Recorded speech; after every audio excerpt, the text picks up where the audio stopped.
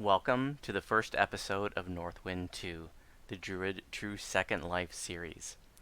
This series, of course, is a sequel to a series that I did nearly 2 years ago, where I had come over here to a different server on Caneth, not my home server, and made a new tune, and ran a 1 to 30 life, elite streaking the whole way, just working with what I could find and what I could farm, and I wasn't using any ship buffs, and just really trying to emulate that new player experience.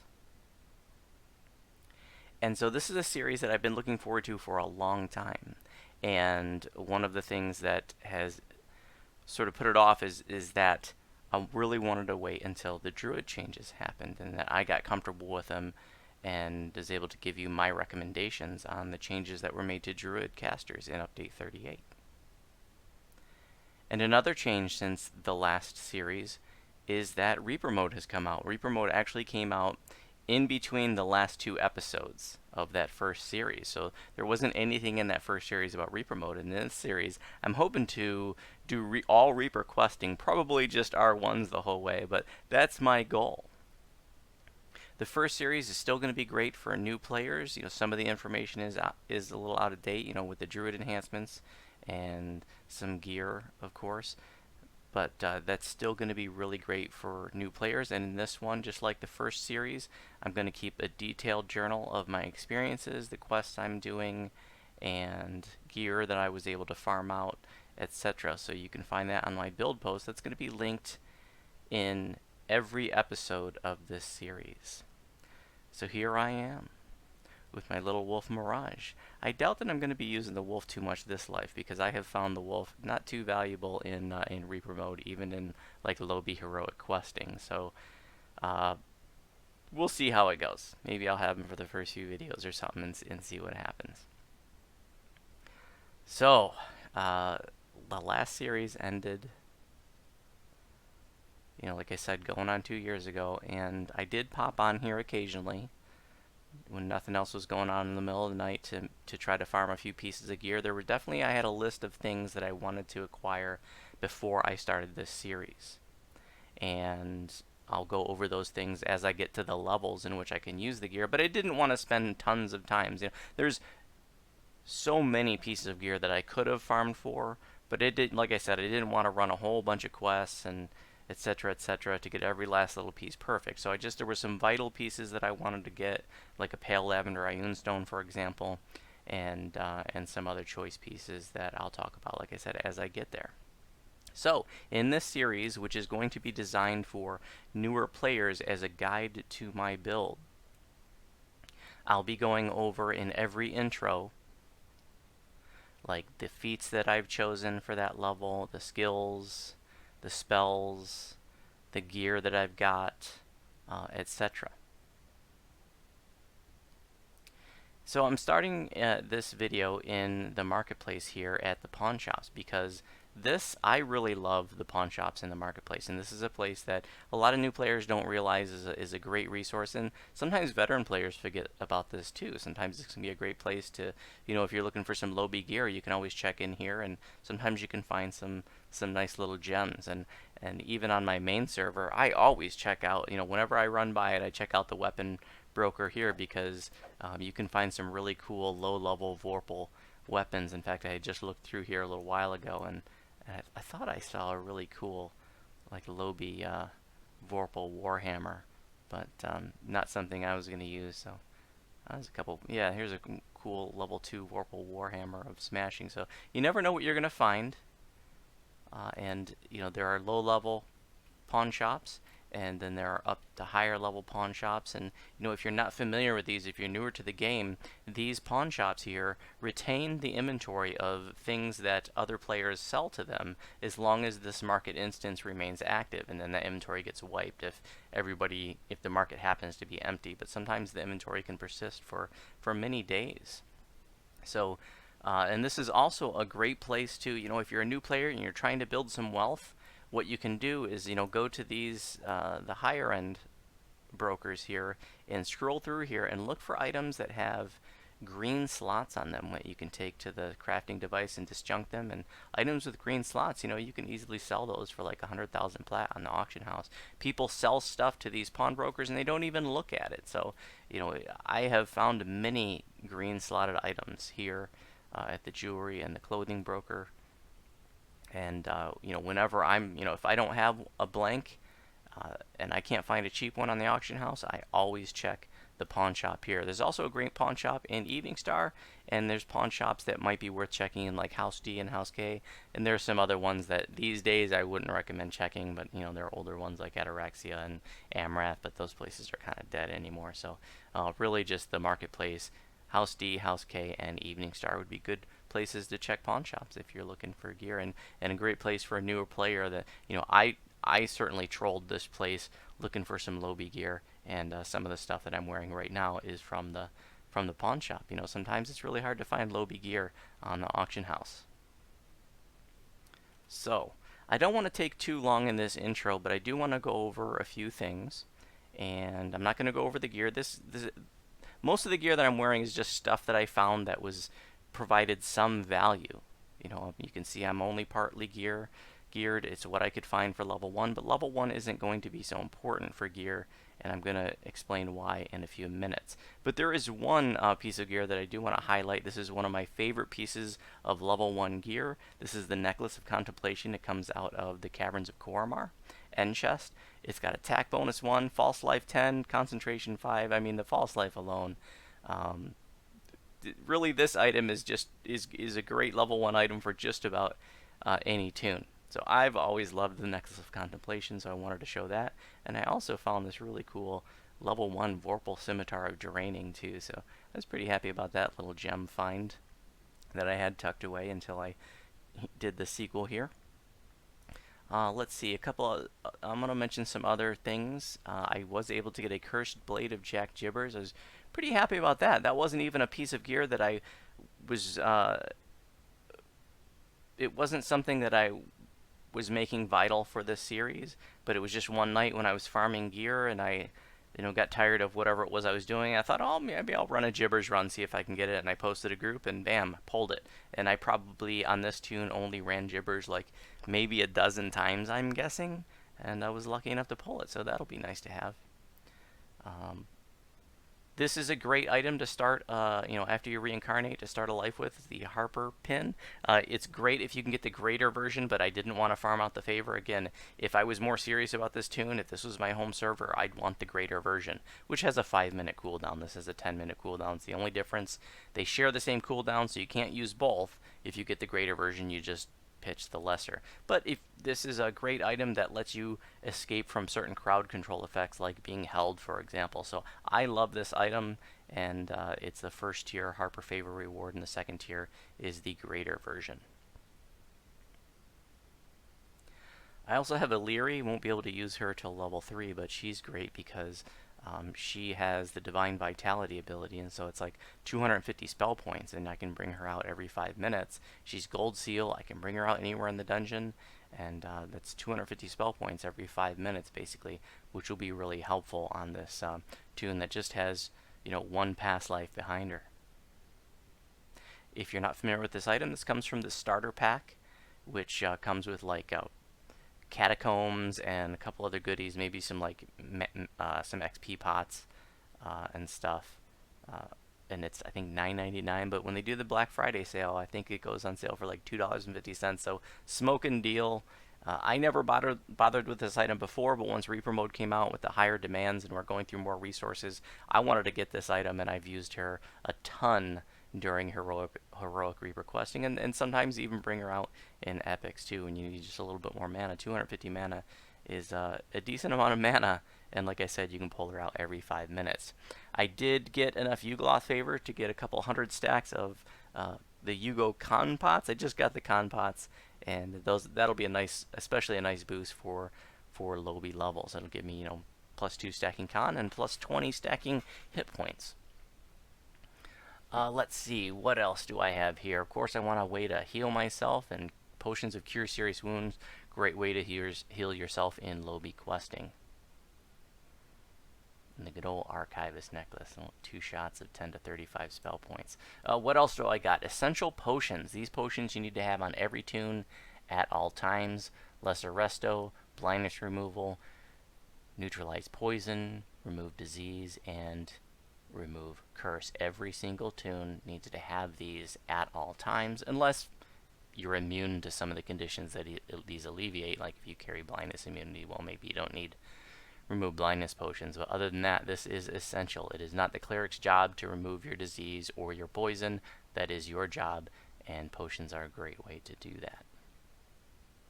I got some little Wands of Cure Light Wounds. I don't know if I'm going to be grouping with anybody these first few levels, but if the opportunity arises, I will. And throughout the series, I will be grouping with others if the opportunity does arise. I also have Wands of Shield. Shield is more critical than ever in Reaper mode. If you run Reaper mode, then you know that magic missiles can be devastating. So I have a very low chance to use these. Actually, go up by a little bit when I use my little mask there. 20% chance, but you know, it's definitely worth being a little patient and getting that off at the start of a quest. So I did pick up a couple of those from the shop there, and all those potions and that wand are from the shops right there in the center of the marketplace.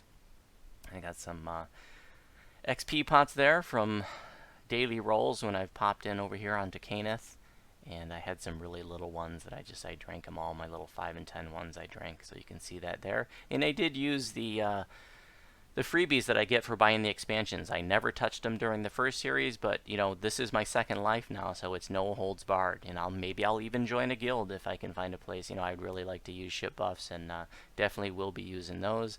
So there's no limiting criteria this go around. You know, I'm gonna take every advantage that's available to me, including ship buffs. And as far as past lives go, I will show you that I picked up, let's see, of course, I've got the Druid past life, and then I picked up a Brace. So this is the active stance gives me +1 to all saves, and then the passive portion of it gives me +3 PRR, making me a little more survivable. And I've got that in my hotbar and activated. I've also picked up the Maximize and Empower spell feat. Now on Gingerspyce, I do run as a Dragonborn, but I decided to do human again on Northwynd because I think that's a great choice for a newer player. And this series is geared towards newer players. Anybody can you know, join and watch the fun, but really this is for newer players as a guide to my build. And you know, I think the Dragonborn, there's so much great stuff in the racial tree that without all those extra racial action points that I got from being racial completionist on Gingerspyce, I probably would just be frustrated that I couldn't get everything that I wanted out of that racial tree. So human's a great race for a newer player. You get the extra feat, you get the extra skill points. There's a solid racial tree that has a lot of good stuff for just about anybody. Let's see, what else? Probably nothing I want to mention there.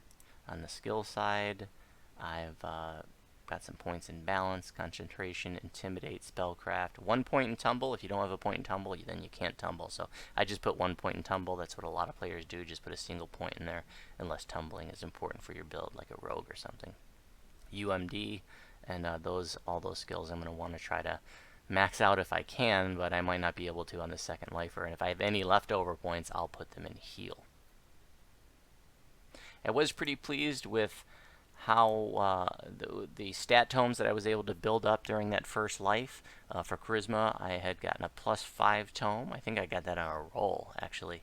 For constitution, I have a +4 tome. You can see this is acquired 4 times. That's how you can tell what tome you have. Inherent dexterity 3, I have +3. Intelligence +4, strength +2, and wisdom +4. So it was nice to get all those tomes. I hustled hard to get some of those during that first life.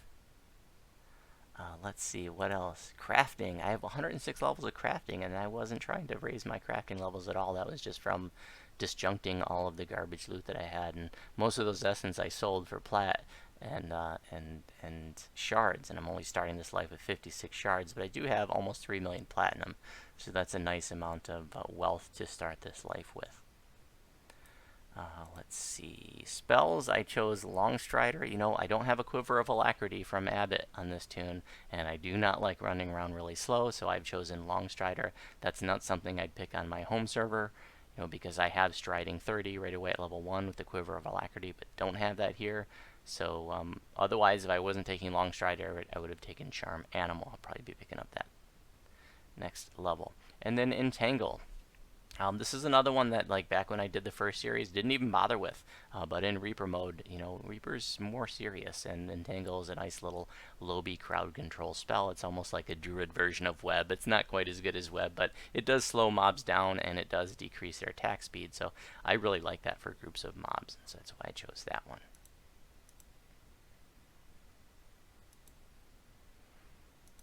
Okay. Let's get to the quest. Alright, here I am at Stealthy Repossession, and since I'm a second lifer, you know, I don't even want to deal with Korthos. I, really, since Reaper mode came out, my goal is to try to get to level 4 as fast as possible so that I can get access to my Reaper points and then start stepping it up. Well, I won't be stepping it up too much on this tune, but if you invis run Stealthy Repossession, you can get to level 2 literally within minutes, and you can skip all of Korthos. And so that's why I thought I'd start this series, as I have started a couple other series with this quest. It's just a quick way to get on from level 1 and right to level 2. I do have a few Invisibility Potions. Those are not available from a vendor. You can find those as rare drops, and you can also purchase them from the auction house. But so I just have a small handful of those. I'm going to do this on Reaper 1 Skull because you get a big bonus, 120% bonus to regular XP. I won't get any Reaper XP for this one, though, because there won't be 10 kills, just be invis running. And so the gear wasn't so important here at level 1. I'll try to get more seriously geared for level 2, because I'm just going to do this to get to level 2. I'm not going to fight a single mob. I'm not going to cast a single spell other than a Longstrider. And just going to run to the end and pick up the gem and finish out and be done with it.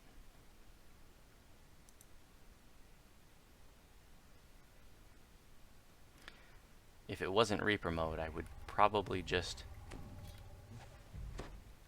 use 2 Invisibility Potions, but in Reaper mode I found using one right away, right here, can help keep the dungeon alert down.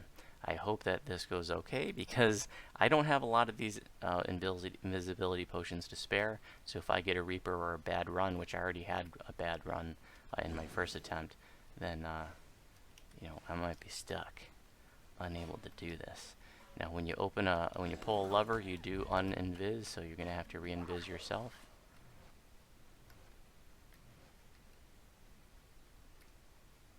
It's just Reaper 1, so, you know, lower chance of Reapers, but they can still spawn. If you do get a Reaper, you just got to do your best to outrun it.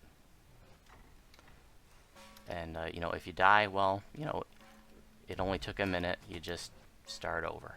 Sometimes it happens. You know, even to me on my home server with my Quiver of Alacrity, sometimes I still die in this run. But I do have the Curse Blade of Jack Gibbers, so if something goes wrong in this run, I more than likely will be able to salvage it.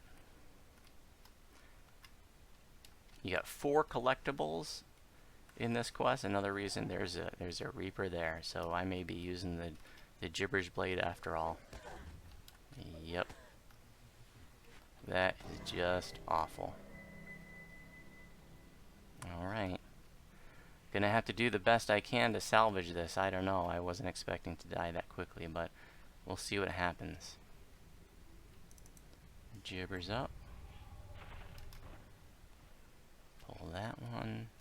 And you can't invis past a Reaper, so I might be screwed.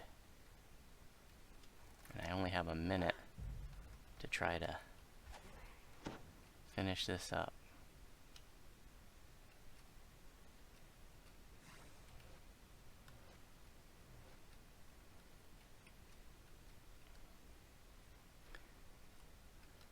This is actually what happened the first time I tried to run it, and for some reason this gate wasn't opening as I expected, and then I got caught up at the gate. But this time I'm going to finish it right up, and boom, I get my 5,000 XP, And what did that take us? About 1 minute. There's my 4th collectible, and we're done. We're done with level 1. We're already level 2. Boom. What a way to end the first episode, huh? Dead. That's alright. So you can see how you can recover from that with the Giver's Blade. Kind of ridiculous, but like I said, this gets me right to level 2 with without much fuss and without spending, you know, a bunch of time doing Korthos quests for tiny amounts of XP. Thank you for watching this first episode. If you have any questions about any of my videos, you can respond on YouTube. And if you have any questions about my build, you can respond to my build post in the Druid forum, and in every episode description there will be a link to my build.